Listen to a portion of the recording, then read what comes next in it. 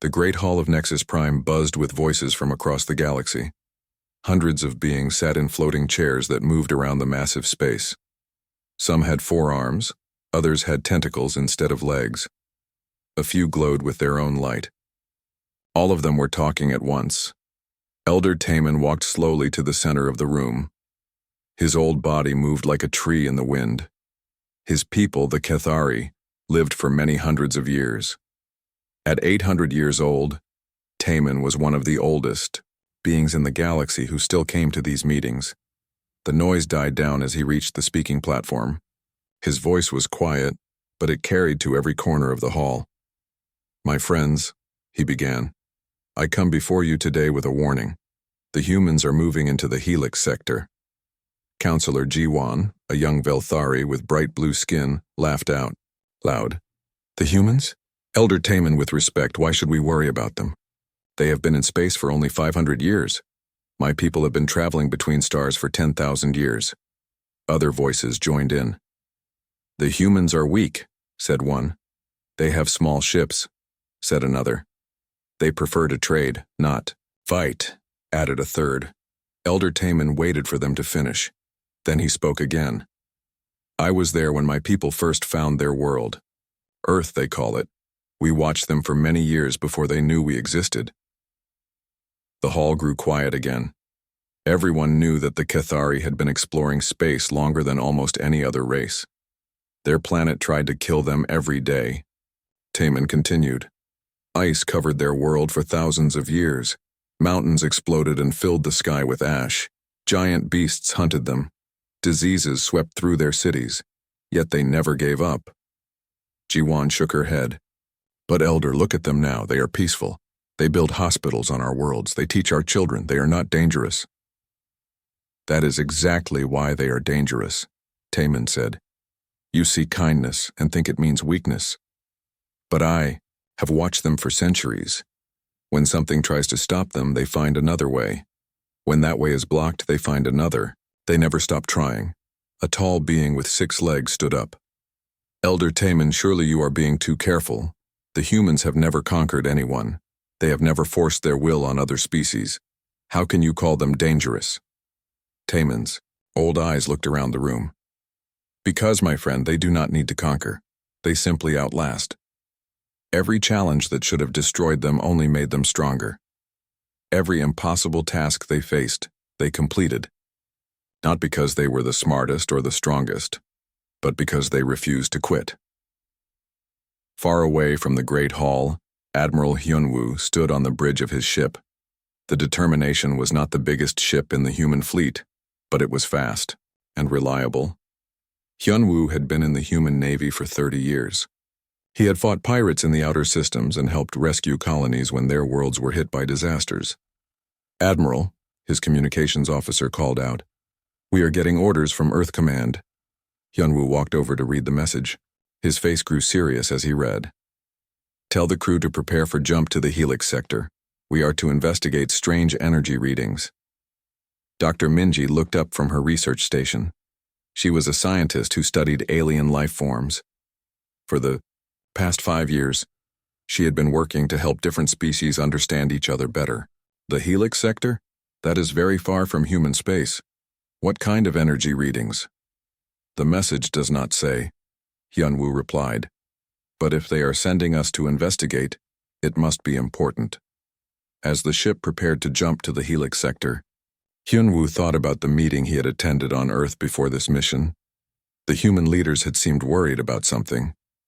They talked about old warnings and ancient threats, but they would not give details. Back on Nexus Prime, the council meeting was ending. Most of the aliens had dismissed Elder Taman's warnings. They returned to their own concerns and politics. But Taman remained in the hall as the others left. Jiwan approached him. Despite her earlier disagreement, she looked troubled. "Elder Taman, may I ask you something?" The old being nodded. "When your people first watched the humans, what did you see that worried you so much?" Taman was quiet for a long moment. "We watched them during their worst times. When the ice covered their world, they learned to make fire and build shelters. When great beasts hunted them, they made tools and weapons. When diseases killed millions, they studied the sickness and found cures. He paused, looking out at the stars through the great windows of the hall. But the thing that truly impressed us was not their survival. It was something one of them said during their darkest hour. Their world was covered in ice, food was running out, and most animals had died. A group of humans sat around a small fire, and one of them spoke words that my people have remembered for centuries. "What did they say?" Jiwan asked. "We do not stop because it is impossible. We stop when it is done." Jiwan felt a chill run through her. "Just words, Elder." "No," Taman said softly. "A promise. And humans always keep their promises, even when it takes centuries." Meanwhile, the Determination completed its jump to the Helix sector. What they found there surprised everyone on board. The space around a small planet was filled with ships from dozens of different species. All of them seemed to be focused on something on the planet's surface.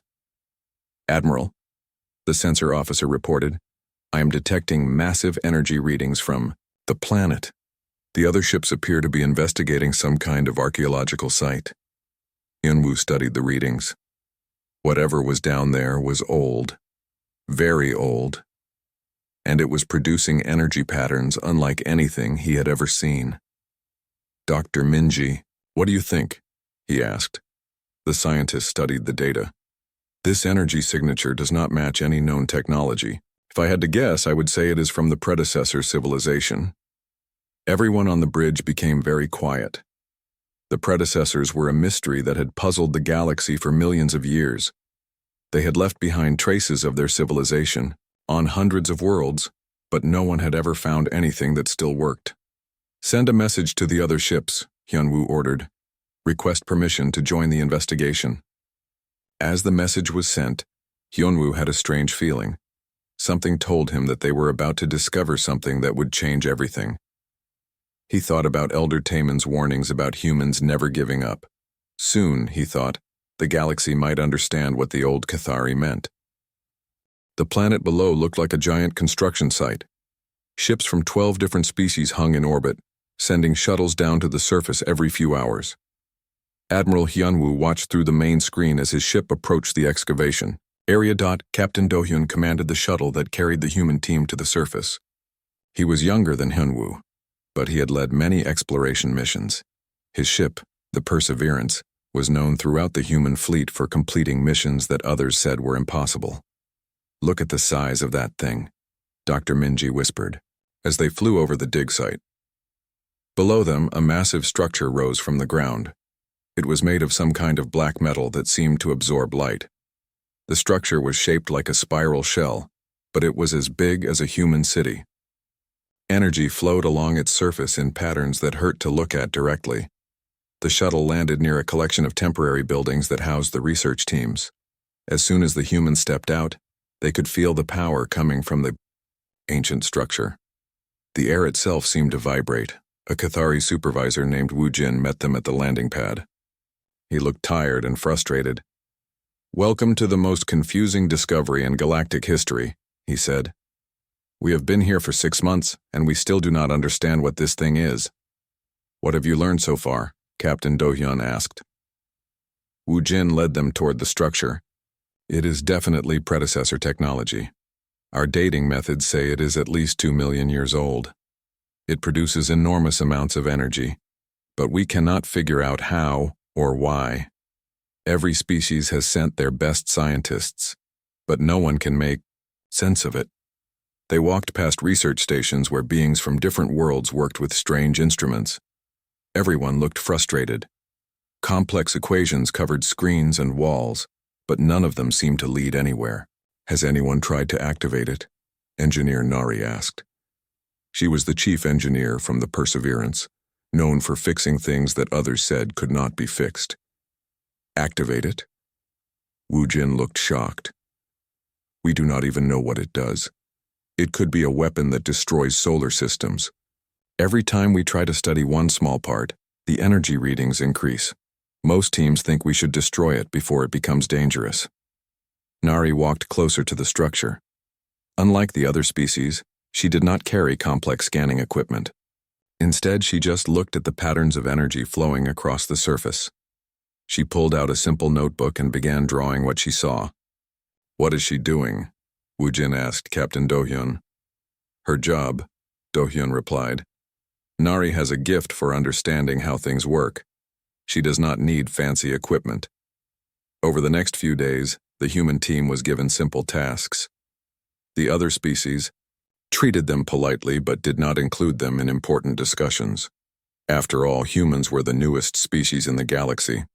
What could they possibly understand about ancient technology that had puzzled advanced civilizations for months? While the alien scientists ran complex tests and built mathematical models, Nari spent her time walking around the structure. She watched the energy patterns during different times of day. She noticed that the flows changed when people were nearby. She began to suspect that the structure was not just producing energy randomly. "It is responding to us," she told Dr. Minji one evening as they sat in their temporary camp. "What do you mean?" Dr. Minji asked. "Watch the patterns when people are working near it. They change. The structure is not just sitting there doing nothing. It is reacting to what we do." Dr. Minji had been documenting everything since they arrived. She was beginning to understand that this discovery was about more than just ancient technology. The way the different species approached the problem showed her something important about how humans were different from everyone else. The alien teams worked in shifts. They would study the structure for a few hours, then rest while another team took over. They used the most advanced computers and scientific instruments. When their initial approaches did not work, they tried even more complex methods. But Nari worked differently. She stayed at the structure for 12 hours at a time. She did not use computers. Instead, she watched and drew and thought. When other species made fun of her simple methods, she ignored them and kept working. "The humans are wasting their time," she heard a Velthari scientist say to his colleague. "They are trying to solve a cosmic puzzle with primitive methods." Nari just smiled and continued her work. On the 7th day, something changed. Nari had been studying a section of the structure that everyone else had ignored because it showed no energy activity. But her careful observations had revealed a pattern. The energy flows from the active areas were creating a kind of map on the inactive section. "Captain Do-hyun," she called out, excitement in her voice. "I think I found something." The other research teams gathered as Nari explained what she had discovered. The structure was not just one giant machine. It was more like a puzzle box.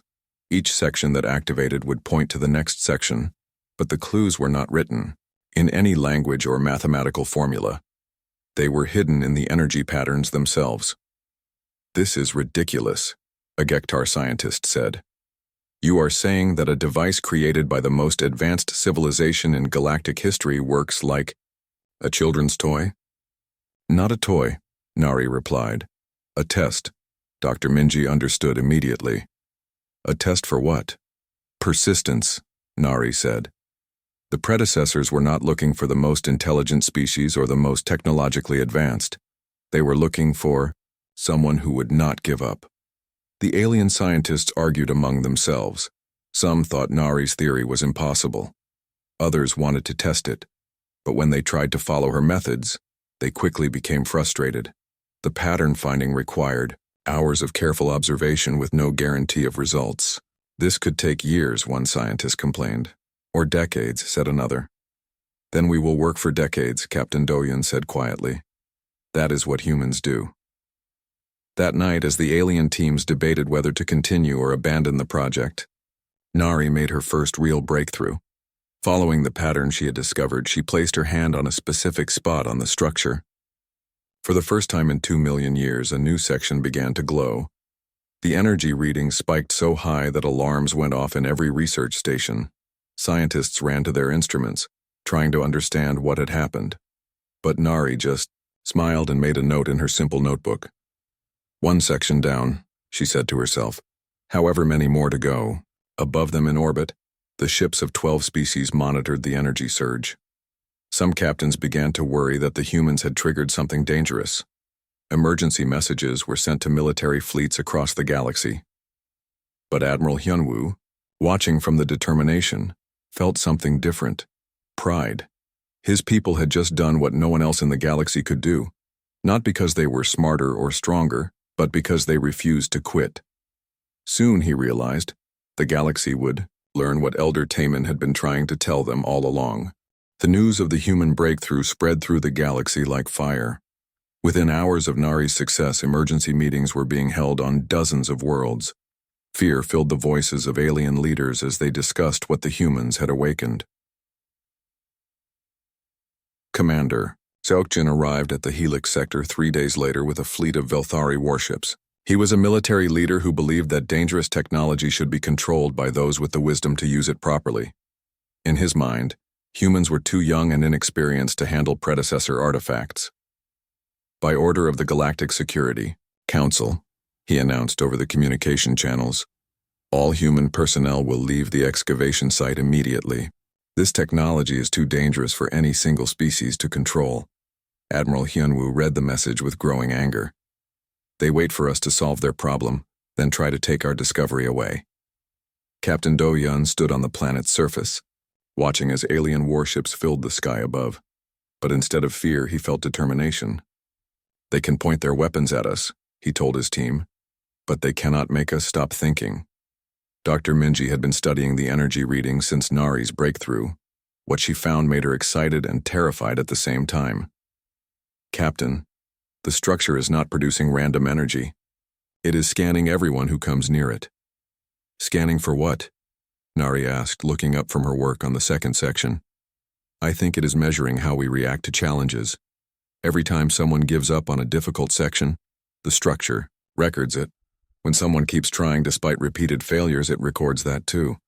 More ships arrived each day. The Gektar sent mining vessels thinking they could simply dig up the structure and move it. The Orthani brought specialized equipment designed to copy alien technology. The Zephian military prepared to destroy the entire site if it became too dangerous. But the structure kept responding only to Nari's patient work. Day after day, she studied the energy patterns. Hour after hour, she tried different approaches. When one method failed, she tried another. When that failed, she tried a third. The alien scientists grew frustrated watching her work. How can you keep trying the same thing over and over? A Velthari researcher asked her. I am not trying the same thing, Nari replied without looking up from her notebook. I am learning from each failure. Every time something does not work, it tells me something about what might work. Dr. Hyun, a human physicist who had arrived with the second wave of researchers, began to understand what the structure really was. It is not just a puzzle, she told Admiral Hyunwoo during one of their daily reports. It is a test of character. What do you mean?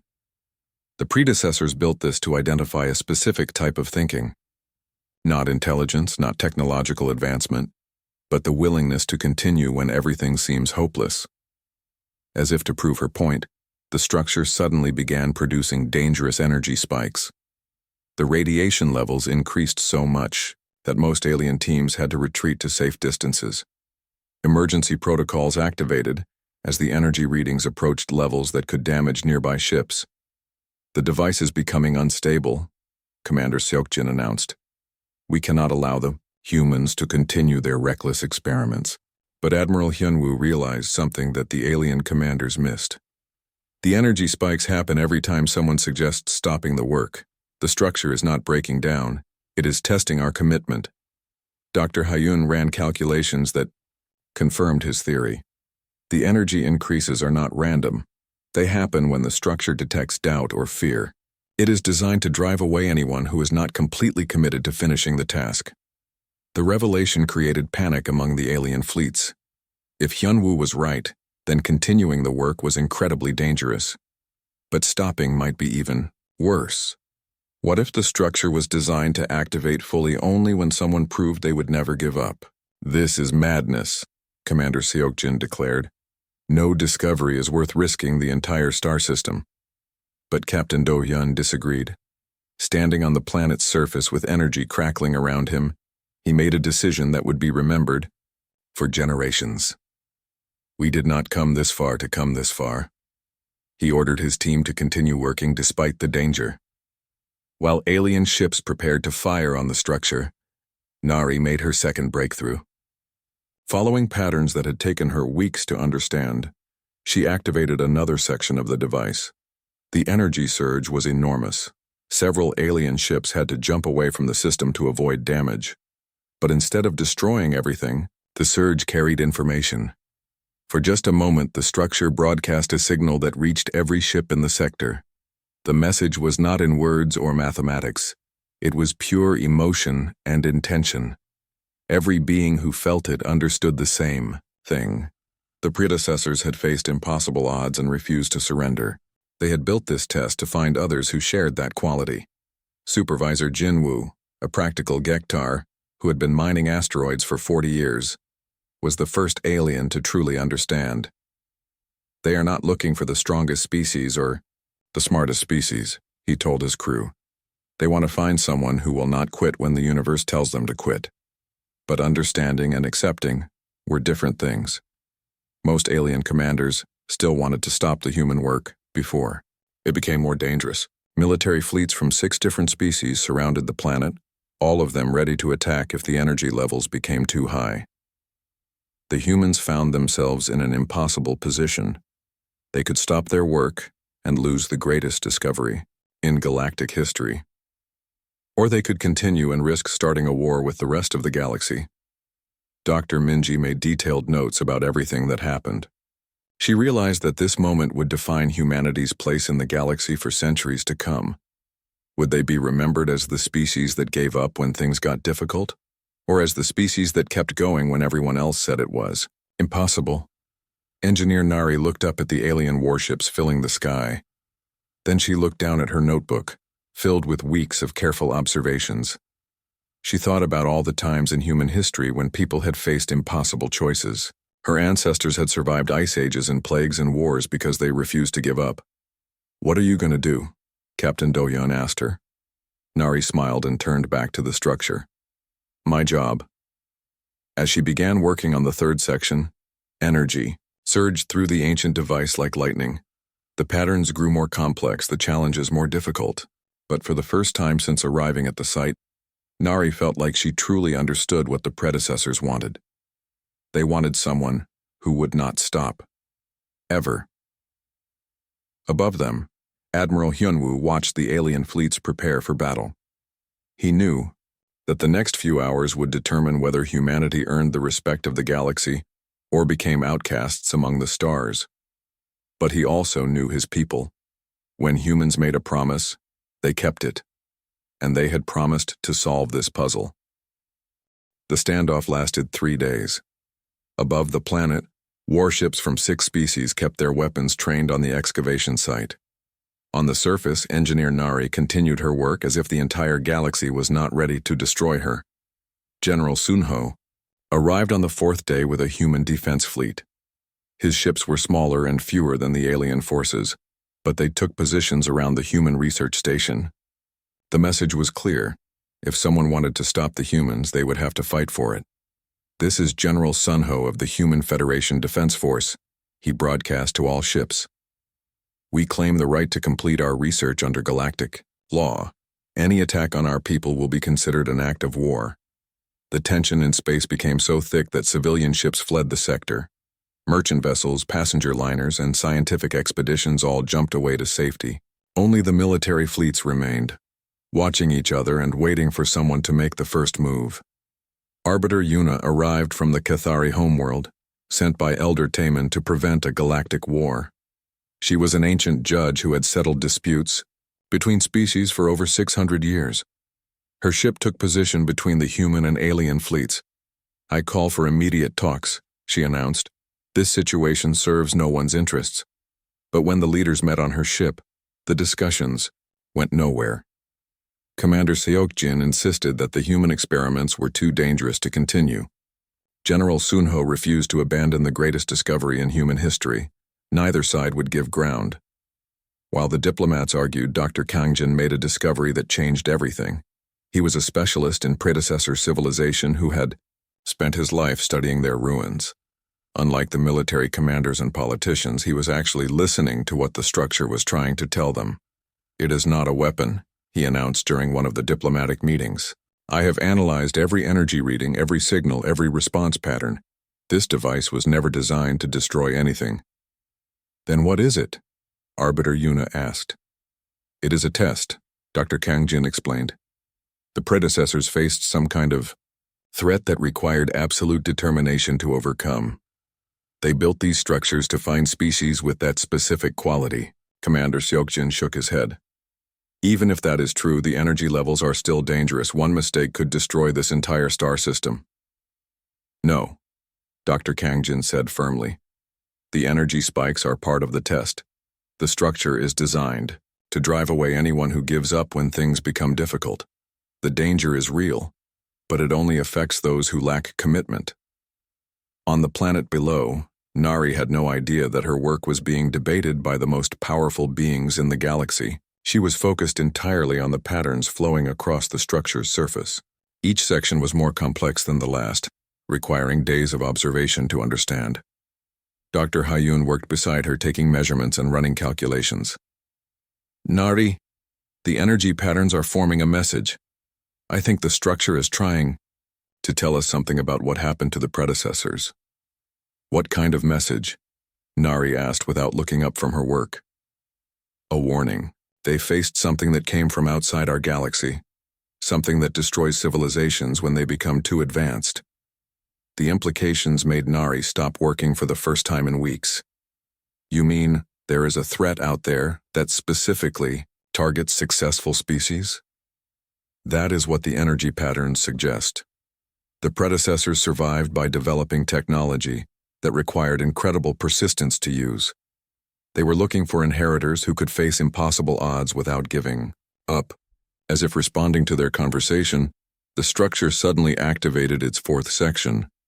But this time, instead of just producing energy, it began projecting images into the air above the excavation site.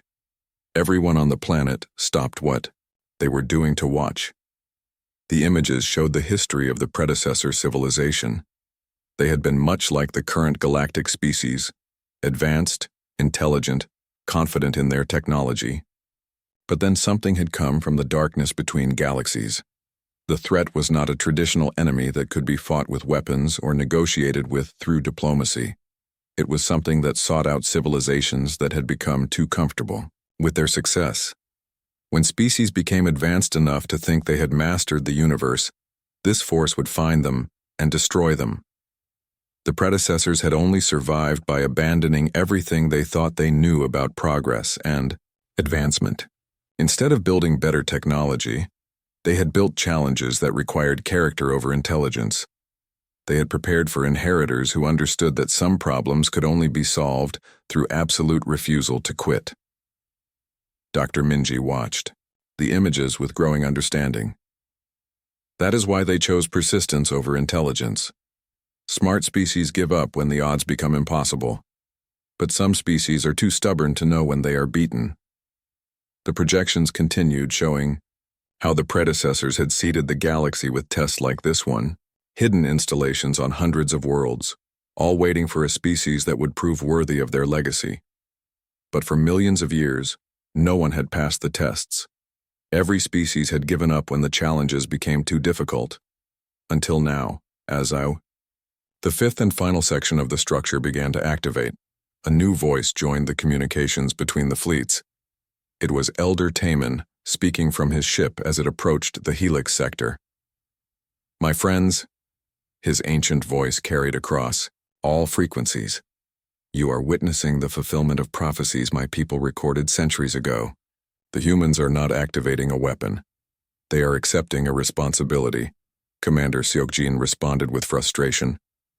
Elder Taman, with respect, this is not the time for ancient stories. We have a crisis here. No, Taman replied quietly. You have a solution. The humans are proving they have the one quality that the predecessors valued above all others. When faced with impossible odds, they do not calculate the probability of success. They simply refuse to fail. On the planet's surface, Nari completed the final pattern. As her hand touched the last activation point, the entire structure came alive with power that could be felt across the star system. But instead of the destructive explosion that everyone feared, something wonderful happened. The structure began broadcasting on frequencies that reached every corner of the galaxy. Ancient installations on distant worlds responded to the signal, awakening after millions of years of sleep. Hidden knowledge caches revealed themselves to human explorers.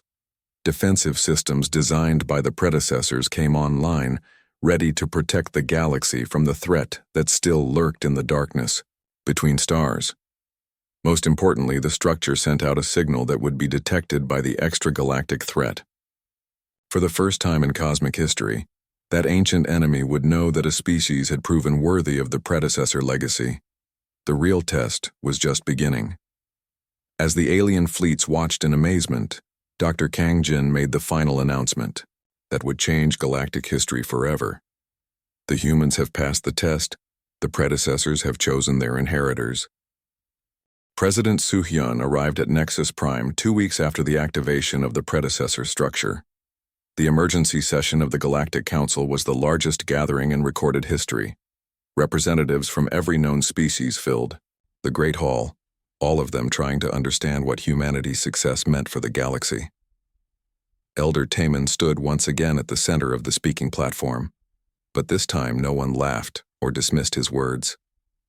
The ancient Cathari had been proven right in the most dramatic way possible. "My friends," he began, his voice carrying the weight of centuries, 800 years ago I tried to warn you about human determination. Today, that determination has awakened technology that could save us all." The hall was completely silent. Everyone knew that predecessor installations across the galaxy had come alive in response to the human success. Ancient defensive systems were powering up on hundreds of worlds. Knowledge caches were revealing scientific advances that surpassed anything the current galactic civilization had achieved. But they also knew that something else had been awakened. Deep space monitoring stations had detected movement in the void between galaxies. The extragalactic threat that had destroyed the predecessors millions of years ago was coming back. President Soo-hyun stood to address the council. She was a small woman who had spent her life in diplomacy, but her voice carried the same quiet strength that had driven engineer Nari to complete an impossible task. "Honored representatives," she said, "humanity did not seek this responsibility. We were simply doing what we have always done, refusing to give up when faced with challenges. But now that we have awakened the predecessor legacy, we offer to share it with any species willing to learn." The response was immediate and divided. Some species, led by the Cathari, immediately pledged to work with humanity. They understood that the coming threat would require the same persistence that had activated the ancient technology. But others refused. Commander Seokjin spoke for the Velthari. "We have survived for 10,000 years using our own methods. We will not abandon our advanced civilization to learn primitive human stubbornness." Similar statements came from the Gektar mining guilds, the Orthani research collectives, and several other major powers. They retreated to their core worlds, confident that their technology and intelligence would be enough to face any threat. The galaxy split into two groups: those who stayed to work with humanity, and those who chose to rely on their own advanced capabilities.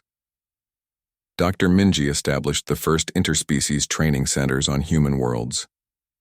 Alien beings learned to work on problems for days without breaks, to continue trying when logic said they should quit, and to find new approaches when old methods failed. In return, humans gained access to scientific knowledge that advanced their technology by centuries. Engineer Nari became the director of the Galactic Persistence Project. Her job was to teach representatives from allied species how to operate predecessor technology. It was not easy work. The ancient devices responded only to beings who proved their absolute commitment to completing tasks regardless of difficulty. "The trick is not to think about success or failure," she explained to a class of mixed alien students. "You have to focus only on the next step, then the next step after that. When you start calculating odds, the technology stops responding." A young Cathari engineer raised her hand. "But Instructor Nari, what if the next step seems impossible?" Nari smiled. "Then you break it down into smaller steps. And if those seem impossible, you break them down further. There is always something you can do, even if it is very small. Meanwhile, Admiral Youngjay commanded the first Joint Species Fleet in galactic history. His flagship, the Unbreakable, was built using both human persistence and alien advanced technology. The ship could survive battles that would destroy any purely human or purely alien vessel. The fleet's mission was to establish defensive positions throughout the galaxy. Predecessor installations provided the locations of strategic points where the extragalactic threat could be stopped. But operating the ancient defensive systems required crews trained in human-style persistence. "It is strange," admitted Captain Woojin, the former Cathari supervisor who had become one of Youngjay's most trusted officers. "My people have always believed that intelligence should guide action, but these predecessor systems respond better to determination than to analysis." "Maybe that is the point," Youngjay replied. "Intelligence tells you when something is impossible. Determination helps you do it anyway." 3 months after the activation, the first signs of the approaching threat appeared. Deep space sensors detected massive objects moving through the void between galaxies. They were larger than planets and moved in ways that defied known physics. The species that had refused to work with humanity tried to study the approaching threat using their traditional methods. They built massive computers to analyze the enemy's movements, developed new weapons based on their most advanced theories, and prepared defensive strategies using complex mathematical models. But when the first scouts from the extragalactic threat reached the outer rim of the galaxy, something terrible happened. The advanced alien defenses simply stopped working. Their computers crashed, their weapons failed, and their ships lost power for no reason that their scientists could explain. "It is like the enemy has a weapon that targets intelligence itself," reported a Velthari admiral whose fleet had been disabled in the first contact. "The smarter our systems, the faster they fail." Only the installations using predecessor technology continued to function. The ancient devices seemed immune to whatever force was disabling the galaxy's most advanced civilizations. Elder Taman met with President Suhyun as emergency refugees began fleeing from the outer systems. "It appears the predecessors understood their enemy very well," he said. "Intelligence and advancement are what this threat seeks out, but simple persistence is invisible to it." "So the most advanced species are the most vulnerable?" Suhyun asked. "Exactly. That is why the predecessors chose humans. Your species' greatest strength is not caring how smart you are supposed to be." As the crisis deepened, more species abandoned their pride and asked to join the human alliance. They began learning human methods of persistence, stubbornness, and refusal to quit.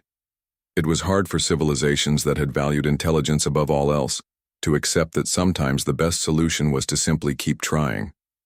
Dr. Hayun made the final breakthrough that saved the galaxy. Working with a team of humans and allied aliens, she discovered that the extragalactic threat was actually a kind of cosmic immune system. It sought out civilizations that had become too advanced and destroyed them to prevent some greater catastrophe.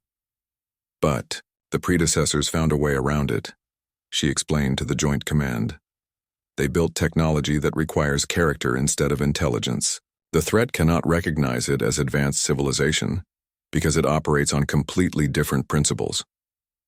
The final battle was not really a battle at all. When the main force of the extragalactic threat arrived, the galaxy was ready with defenses that it could not understand or counter. Predecessor installations created barriers that the enemy could not break because they were powered by determination rather than technology. Slowly, confused by defenses that made no logical sense, the extragalactic threat withdrew back to the void between galaxies. It would probably return someday, but the galaxy now had the tools to face it. Admiral Youngjay stood on the bridge of the Unbreakable, watching as the last enemy vessels disappeared into deep space. Elder Taman stood beside him, finally vindicated, after centuries of warnings. "You spent 800 years trying to warn the galaxy about humans," Youngjay said. "Did you ever imagine it would end like this?" The ancient Cathari smiled. "I spent centuries warning them that humans could not be stopped. I just never realized that was exactly what the galaxy needed." As the immediate crisis passed, Representatives from across the galaxy gathered to plan for the future. They had learned that sometimes the most important quality was not intelligence or advanced technology, but the simple refusal to give up when everything seemed hopeless. President Soo-hyun addressed the final session of the Emergency Council. The elders always knew that humans could not be stopped. Now the galaxy knows it too. But more importantly, we have all learned that the greatest achievements come not from being smart enough to solve problems, but from being stubborn enough to keep trying until they are solved. The applause that followed could be heard throughout Nexus Prime. The galaxy had survived its greatest test by learning humanity's greatest lesson. When faced with the impossible, the only real failure is giving up.